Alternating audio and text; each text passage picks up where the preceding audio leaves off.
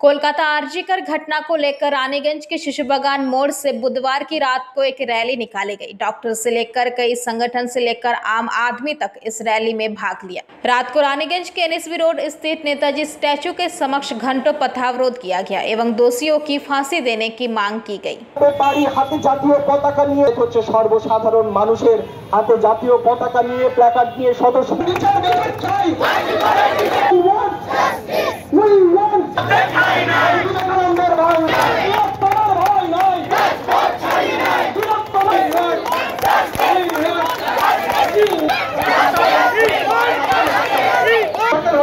আমরা এই ধরনের বিষয় উপর কাম করতে চাইবো। ঠিক আছে, প্রথমে মা বোনেদের আন্দোলন সমাজ for justice, fight for justice. গত 9 আগস্ট কলকাতার আরজিকর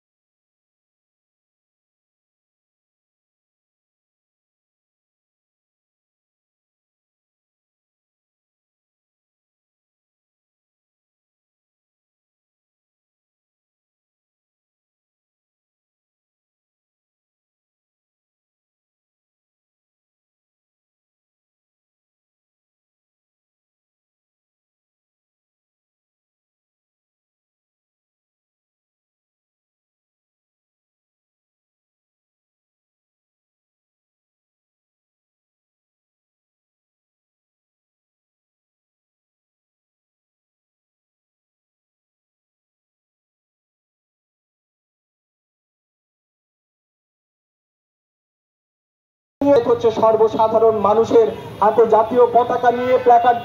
আপনারা আসুন, আপনারা এই যে আজকে জামায়াতের ব্যবস্থা করেছেন, এদের উৎসাহ দিন।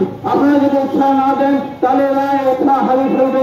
আগামী দিনে কিন্তু আর এই আন্দোলন হবে না। স্বাধীনতা আন্দোলন যেমন ভাবে হয়েছিল তার নবজাগরণ অনুসূচনা কিন্তু বহু আগে শুরু হয়েছিল, স্বাধীনতা হয়েছে তার অনেক পরে। তেমনি একটি বিচারের দাবিকে এড়িয়ে আমরা অন্য জায়গায় অন্য কাজে ব্যস্ত থাকি। কাল দিনে কিন্তু আমাদের সাথে যদি একই ঘটনা ঘটে তখন কিন্তু আমরা পাশে কাউকে পাবো না। তাই একজন ডাক্তার সে তার নিজের হসপিটালে 36 ঘন্টা ডিউটি করতে করতে তারপর ধর্ষিত হয়ে তাকে খুন হতে হলো। এই রাজ্যের কোথায় আমরা নিরাপত্তা বলতে পারেন? কোথায় একটি মেয়ে সুরক্ষিত বলতে পারেন? কোথায় একটা ছেলের ভবিষ্যৎ সুরক্ষিত হচ্ছে? এটা সর্বভারতীয় এবং সারা ভারতবর্ষ জুড়েই এটা আমরা ডাক দিয়েছিলাম যে 9টা থেকে 10টা আমরা আলো নিভিয়ে দেব, মোমবাতি জ্বালাবো, রাস্তায় রাস্তায় মানববন্ধন করব। আপনারা জানেন যে আমাদের জুনিয়র ডাক্তাররা এবং সাধারণ মানুষরা খুব নিরস্ত্রভাবে খুব শান্তিপূর্ণ আন্দোলন করছে। আজ অবধি কোথাও দেখতে পাবেন না যে মারপিট হয়েছে। আমাদের 22 ঘন্টা আমাদের ওই ছোট্ট ছোট্ট বাচ্চা ছেলেগুলো না খেয়ে কেন আটকে রাখা হলো? সেই ব্যারিকেড খোলা হলো 22 ঘন্টা পরে। কার জন্য? তারা একটাই রেখেছিল যে বিনীত গোয়েল আমাদের যিনি পুলিশ কমিশনার তার পদত্যাগ চাই। কেন চাই? কারণ ঘটনাচক্রে যা আমরা দেখতে পাচ্ছি এটা অত্যন্ত সাজানো এবং অত্যন্ত প্ল্যান ওয়াইজ করা, এবং এরপরে মৃত্যুর পরে ওই নৃশংস হত্যাকাণ্ডের পরে আড়াই ঘন্টা, আপনারা 26 দিন হতে গেল। হ্যাঁ 26 দিন চলছে, এখনও পর্যন্ত তিলোত্তমার বিচার নাই। আমরা আশাবাদী ছিলাম যে কাল সুপ্রিম কোর্টের বিচার হবে, হিয়ারিংয়ে ছিল, কিন্তু কোনো কারণে শুনছি যে পিছাচ্ছে। এই আমাদের যে এই আন্দোলন চলবে, এই আন্দোলন চলার পেছনে একটাই কারণ, আমাদের মেন মোটো অবভিয়াসলি আমাদের প্রাইমারি যে অবজেক্টিভ সেটা হলো আরজি কর, বিচার চাই আরজি করার জন্য, কিন্তু তাছাড়াও আমাদের নারীদের নিরাপত্তা।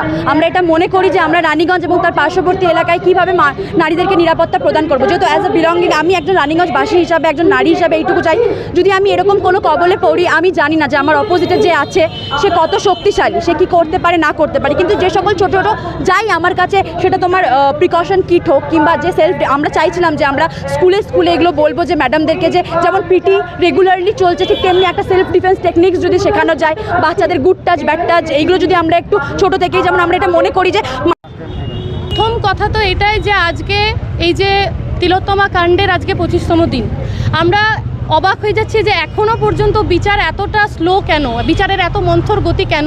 আমরা আজ 25 দিন ধরে সমানে শুনে আসছি যে প্রত্যেক দিন আমাদেরকে আশা দিয়ে রাখা হচ্ছে বিচার হবে বিচার হবে বিচার হবে, বিচার কিন্তু কোনো মতেই হয় না। একেবারে ধীর গতিতে মন্থর গতিতে সব কিছু এগোচ্ছে। আজকে ডিএনএ টেস্ট হচ্ছে, কালকে পলিগ্রাফ টেস্ট হচ্ছে, কিন্তু বিচার কিন্তু সেই একই স্রথগতিতেই চলছে। একেবারে ধীরে ধীরে চলতে চলতে অবশেষে যিনি সত্যিই আসল কালপ্রিট, তাকে ধরার পরেও তাকে কিন্তু সামনে আনা হচ্ছে না, তার নাম কিন্তু প্রকাশ্যে আনা হচ্ছে না, বারবার করে কিন্তু সেটা চেপে যাওয়া হচ্ছে। গত দুদিন আগে সন্দীপ ঘোষ ধরা পড়েছেন, আমরা দেখেছি, কিন্তু তাকে দুর্নীতির মামলাতে ধরা হয়েছে, তাকে কিন্তু ধর্ষণজনিত কোনো কেসে কিন্তু ধরা হয়নি। এখন আমাদের প্রশ্ন হচ্ছে যে যদি উনি ধর্ষণের কোনো কিছুতেই যদি ছিলেন না, তাহলে আরজি করার মতো এত বড় একটা জায়গাতে এই ঘটনা ঘটতে পারলো কী করে। এবং এই যে বিচারের যে দাবি আমরা জানাচ্ছি গত 25 দিন ধরে, আমাদের কথার কোনো ভ্রুক্ষেপ নেই।